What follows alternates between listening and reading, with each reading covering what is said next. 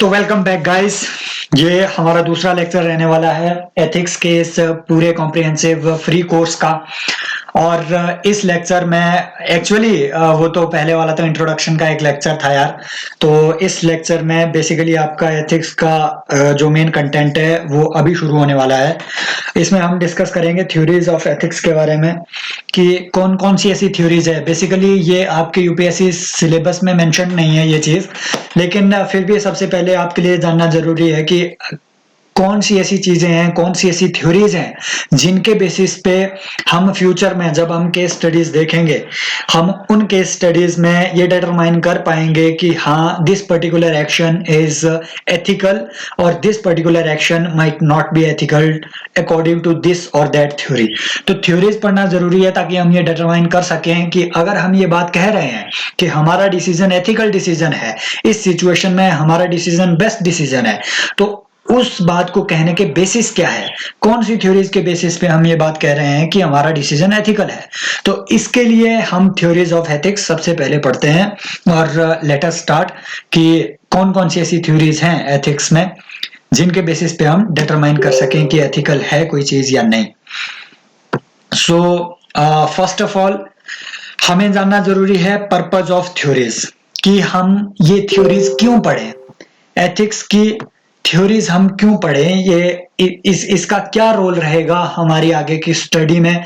Not only in study, लेकिन अगर आप एक पब्लिक एडमिनिस्ट्रेटर हो तो इन थ्योरीज का क्या इम्पैक्ट रहेगा आपके दिमाग में उस वक्त जब आप कोई भी डिसीजन ले रहे होंगे। एथिकल डायलेमा के केस में आप कोई भी डिसीजन अगर ले रहे हो तो कौन सा डिसीजन आपको बेस्ट लेना चाहिए, उस डिसीजन को जस्टिफाई करने का जो चीज है, to justify an ethical action, ये बात दिखाने के लिए कि यस मैंने जो डिसीजन लिया हुआ है, आपको अपने सीनियर्स को भी बताना पड़ेगा कि अगर मैंने ये डिसीजन लिया हुआ है तो मैं इन ग्राउंड्स पे इस डिसीजन को जस्टिफाई कर रहा हूं। महात्मा गांधी ने कहा था कि सबसे पहली प्रायोरिटी गरीब लोगों को दो, इसलिए मैंने गरीबों की बस्ती नहीं हटाई, उनको रिहेबिलिटेट किया। ये आप कहोगे अपने सीनियर्स को तो आपके पास कुछ तो ग्राउंड्स होने चाहिए ना। ये तो मैंने एग्जांपल दिया महात्मा गांधी वाला, लेकिन कुछ ग्राउंड्स होने चाहिए जिसके आधार पे आप ये जस्टिफाई कर सको कि yes this is our ethical action, इसलिए आपके लिए थ्योरी पढ़ना जरूरी है। दूसरा मैंने आपको बताया कि to help determine whether an act can be called ethical और नॉट। तीसरा जो मैंने ऑलरेडी ये चीजें सब कुछ एक्सप्लेन कर दी हुई है, we are just giving a reading to it to this slide. To help decision maker come out of ethical dilemma, मैंने आपको बताया था एथिकल डायलेमा क्या होता है, ये अभी हम बाद में पढ़ेंगे, लेकिन एथिकल डायलेमा शॉर्ट में आपको बता दूं कि जब आपके पास तीन चार ऐसी ऑप्शंस, दो या दो से ज्यादा ऐसी ऑप्शंस दी गई हो जिनमें से कोई भी ऑप्शन ठीक नहीं है, कोई भी डिसीजन ठीक नहीं है पूरी तरीके से, कोई भी डिसीजन गलत नहीं है पूरी तरीके से, जब आपको इस तरीके की सिचुएशन में डाल दिया गया हो, आपको उनमें से फिर भी कोई एक ऐसा डिसीजन लेना हो, उसे आप कहेंगे एथिकल डायलेमा। आप तो कहेंगे यार इसमें तो एक भी डिसीजन ठीक नहीं है, अगर मैं ले रहा हूं ये डिसीजन भी ठीक नहीं होगा, वो दूसरा डिसीजन भी ठीक नहीं होगा, लेकिन फिर भी आपको डिसीजन लेना है, तो कौन सा डिसीजन आप लोगे उन दोनों खराब डिसीजंस में से या उन दोनों करेक्ट डिसीजंस में से, ये आपको एथिकल डायलेमा में डाल देगा। और इस डायलेमा से बाहर निकालने के लिए आपको थ्योरीज को जानना जरूरी है कि भाई इस थ्योरी के बेसिस पे मैं अपने इस एक्शन को जस्टिफाई कर सकता हूं।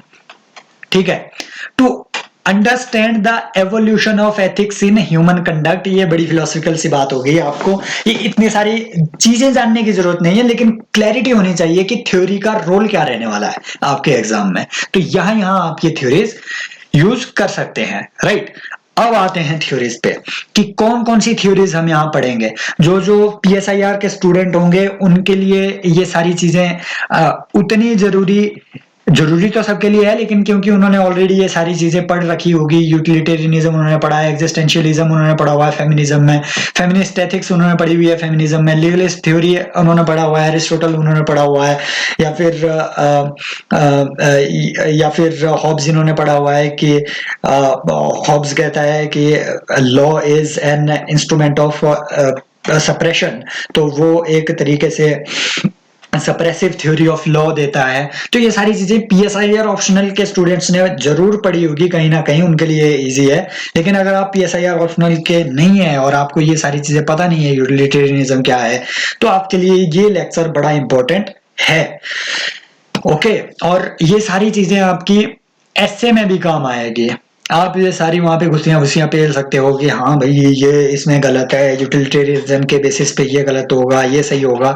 तो ये सारी चीजें उसमें भी आपके काम आएंगी। साथ में हम अब फिर आगे जब हम थिंकर्स को देखेंगे, उनकी स्टेटमेंट्स को देखेंगे, वो सारी स्टेटमेंट्स, वो सारी कोटेशंस आपके कई चीजों में काम आएंगे। आपके पीएसआईआर ऑप्शनल, आपके सोशियोलॉजी ऑप्शनल, आपके एथिक्स में तो काम आएंगी आएंगी, और आपके ऐसे में भी काम आएंगी। तो ये स्टार्ट करते हैं इन सारी थ्योरीज को अभी।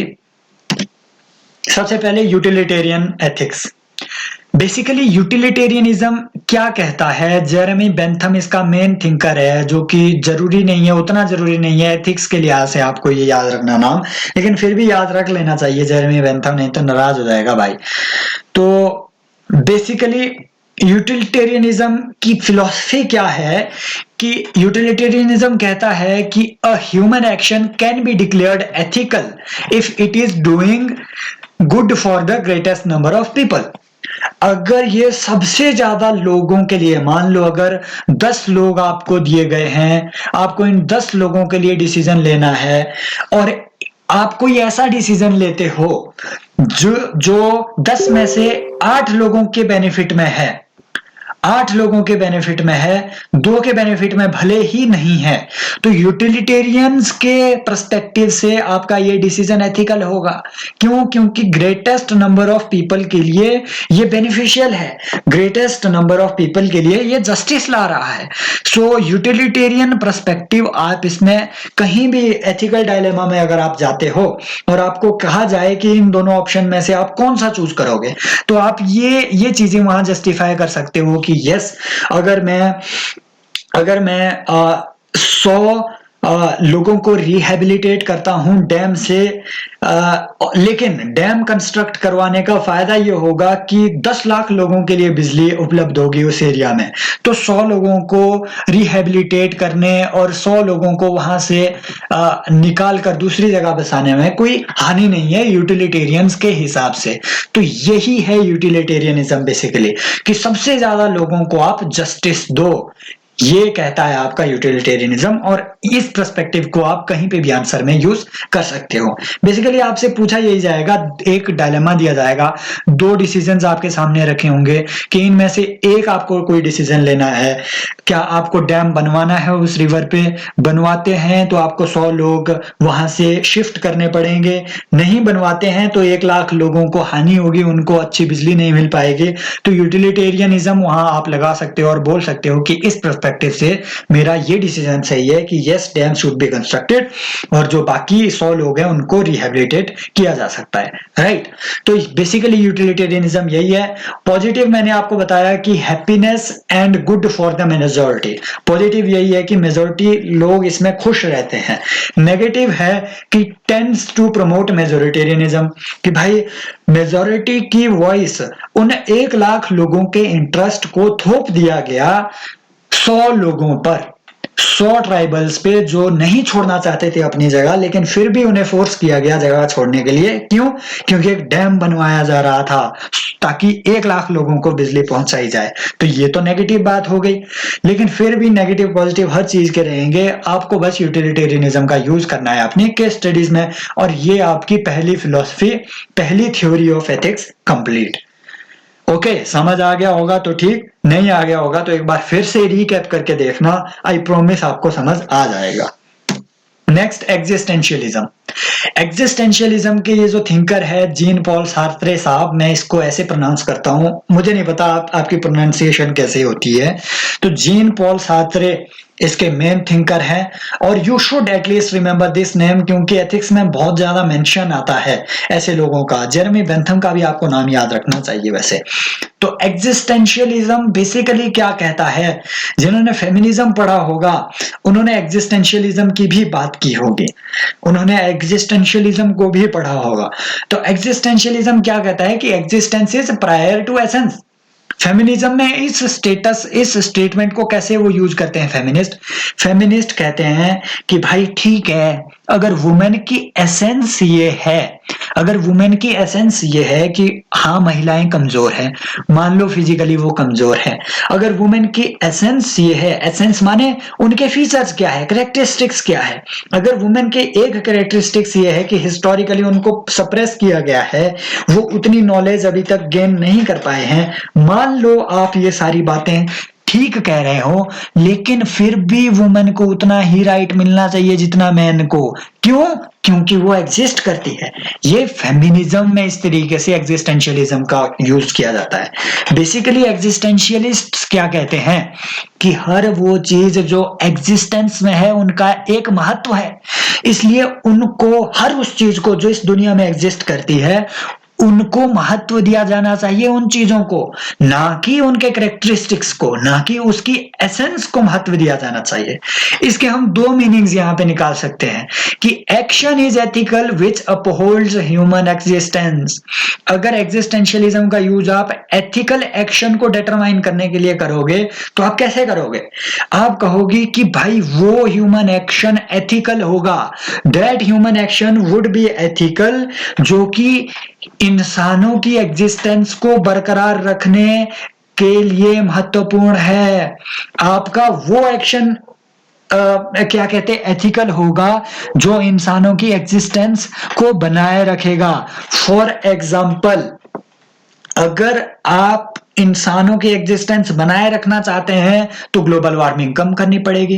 ग्लोबल वार्मिंग कम करनी पड़ेगी तो फ्यूल प्रोडक्शन, जो फॉसिल फ्यूल कंजम्पशन है वो कम करना पड़ेगा। उसको कम करने के लिए हो सकता है कि आप उसमें टैक्स लेवी कर दो। टैक्स लेवी करने का आपके पास क्या रीजन है? रीजन क्या दोगे? एग्जिस्टेंशियलिज्म। कहोगे कि इंसानों का एग्जिस्टेंस खतरे में है, खतरे में है, और इस खतरे को हटाने के लिए जरूरी है कि फॉसिल फ्यूल कंजम्पशन कम किया जाए।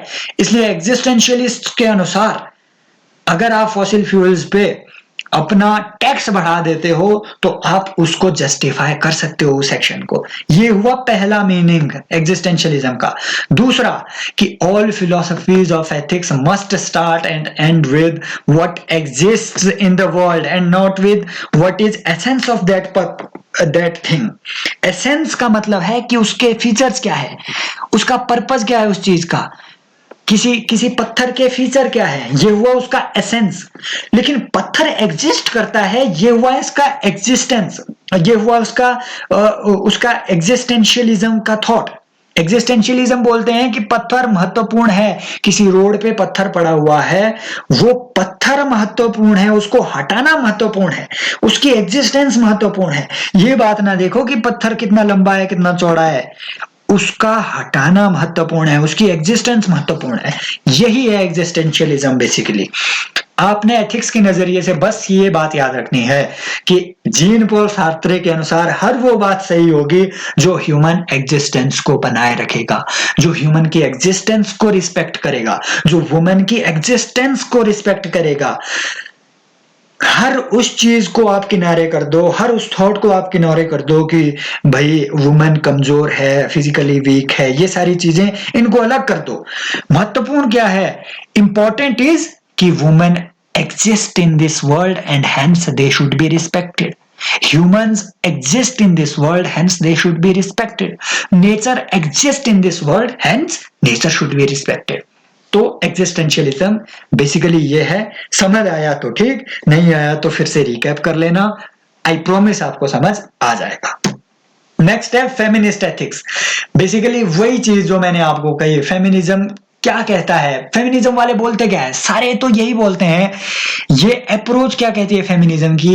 बेसिकली एक ही चीज पे एम्फेसाइज करते हैं कि हिस्टोरिकली फीमेल जेंडर, फीमेल्स, इनके साथ बड़ा डिस्क्रिमिनेशन हुआ है। और एथिक्स के नजरिए से फेमिनिस्ट क्या कहते हैं? एथिक्स को जब फेमिनिस्ट स्टडी करते हैं तो वो कहते हैं कि traditionally ethical theorizing has undervalued or underappreciated women's moral experience।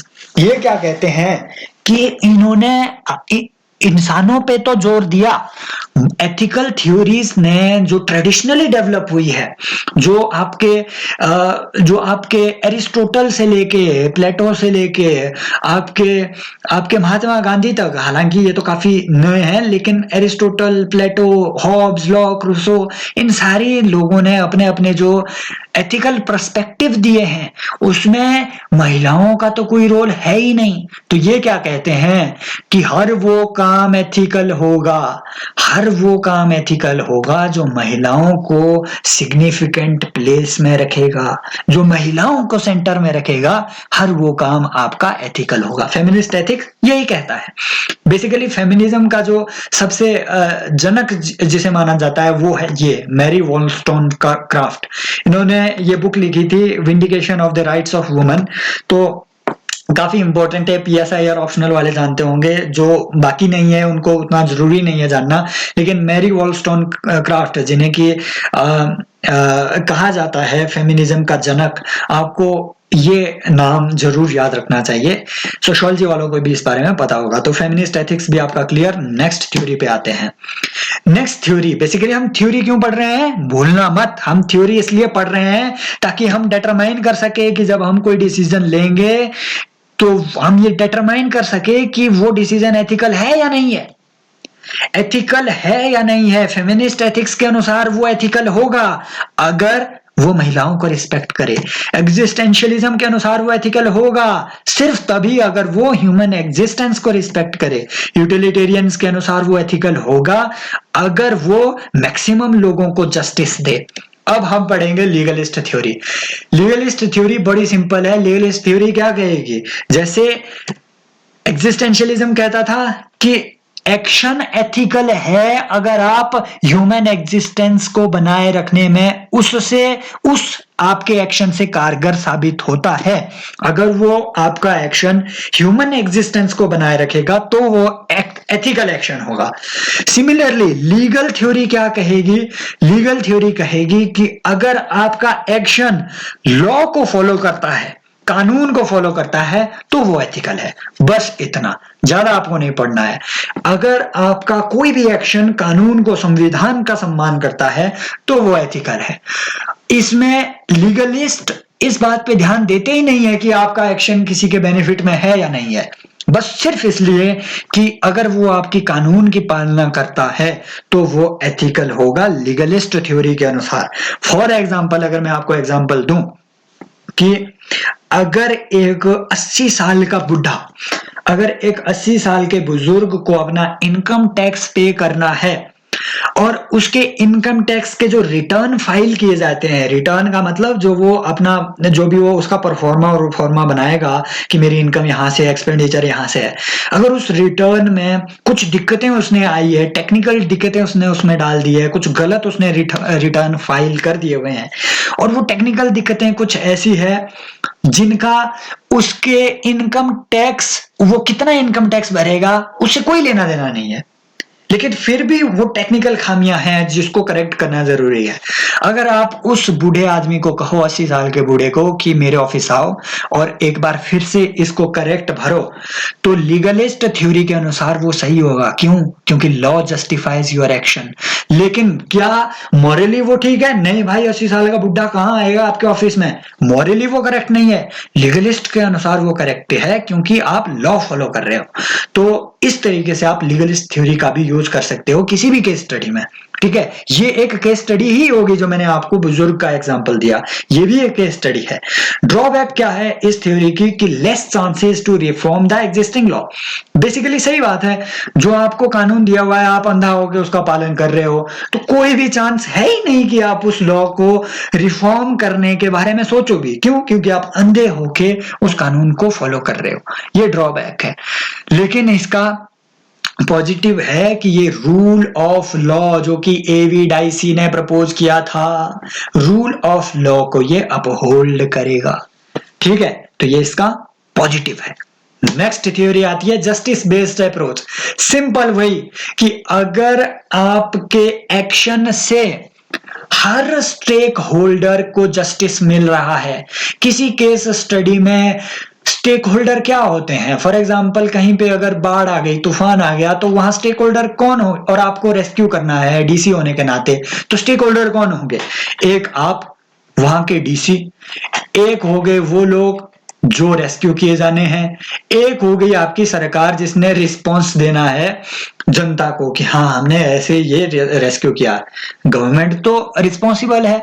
बाकी हो गए स्टेक होल्डर वो जो रेस्क्यू करेंगे, रेस्क्यू ऑपरेशन वाले, एनडीआरएफ की टीम जो होगी वो भी तो स्टेक होल्डर है।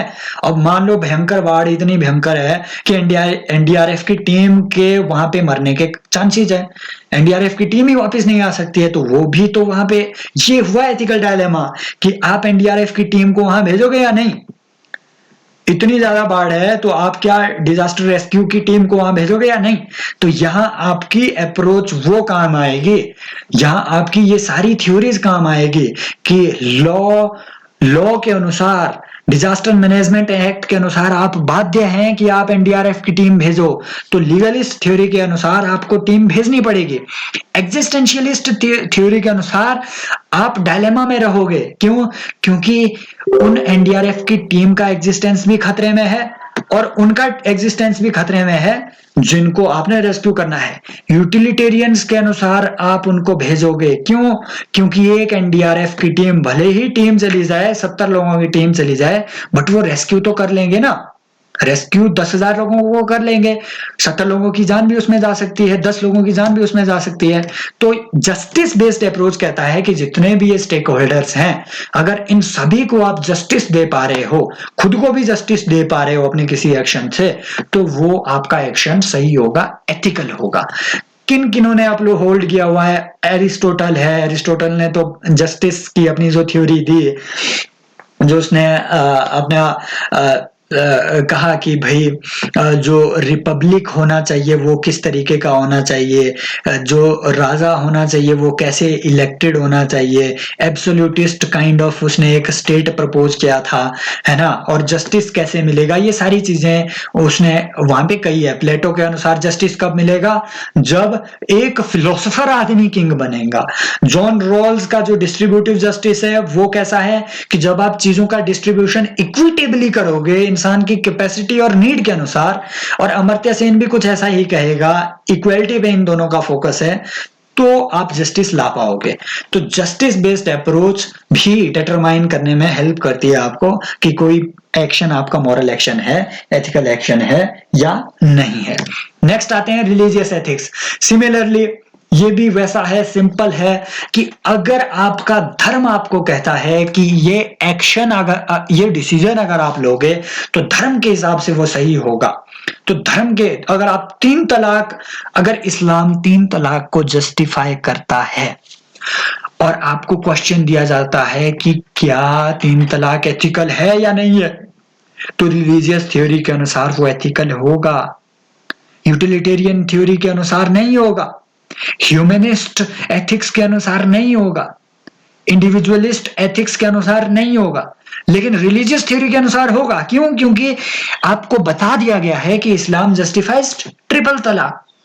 सिमिलरली ऐसे ही कई और आपको डिसीजन लेने पड़ सकते हैं कि रिलीजियस थ्योरी के अनुसार, फॉर एग्जांपल अगर आपको कहा जाए कि इफ, अगर आपको कहा जाए कि आपको जो ये मकतब्स वगैरह रहते हैं, या जिसे हम कहते हैं जो जो ये इस्लामिक स्कूल्स रहते हैं, जो बच्चों के स्कूल्स होते हैं, मदरसाज रहते हैं, अगर आपको ये डिसीजन लेना हो कि मदरसाज को कंटिन्यू किया जाए या डिसकंटिन्यू किया जाए, क्वेश्चन ये है कि आपको वहां पे कम फोकस दिया जाता है क्वालिटी एजुकेशन पे, क्या इसलिए उसको कंटिन्यू किया जाए या नहीं, डिसकंटिन्यू किया जाए मदरसा के सिस्टम को। अगर आपको इस पे डिसीजन लेना हो तो रिलीजियस एथिक्स कहेगा नहीं, आपको डिसकंटिन्यू नहीं करना है।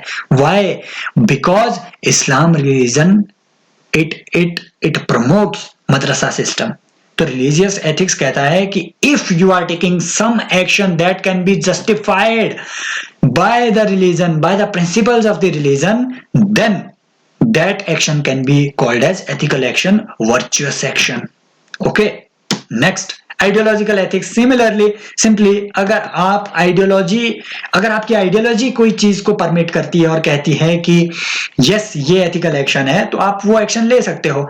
फॉर एग्जांपल मार्क्सिज्म कहता है कि रेवोल्यूशन लाओ, मार्क्स ये भी कहता है कि ब्लड शेड रेवोल्यूशन लाने में कोई दिक्कत नहीं है।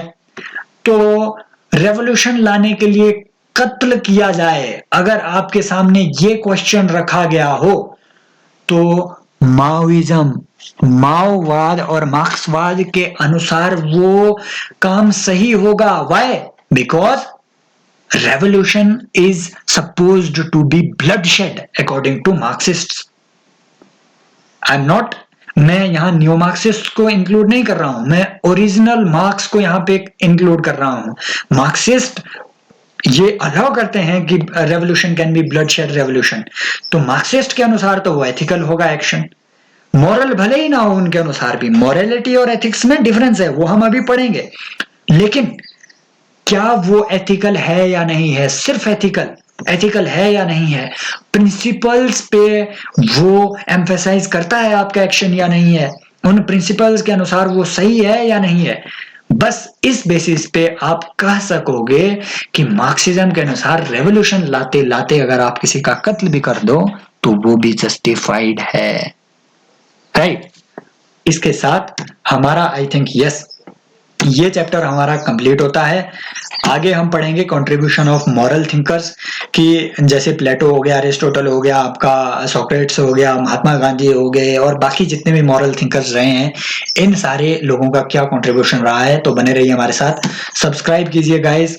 इस हमारे इनिशिएटिव को आपकी हेल्प की जरूरत रहेगी। आपको पता है कि यूट्यूब में फ्रीली टीचिंग करना मुश्किल भी थोड़ा बहुत रहता है, आप हेल्प कर देंगे थोड़ी तो ठीक रहेगा।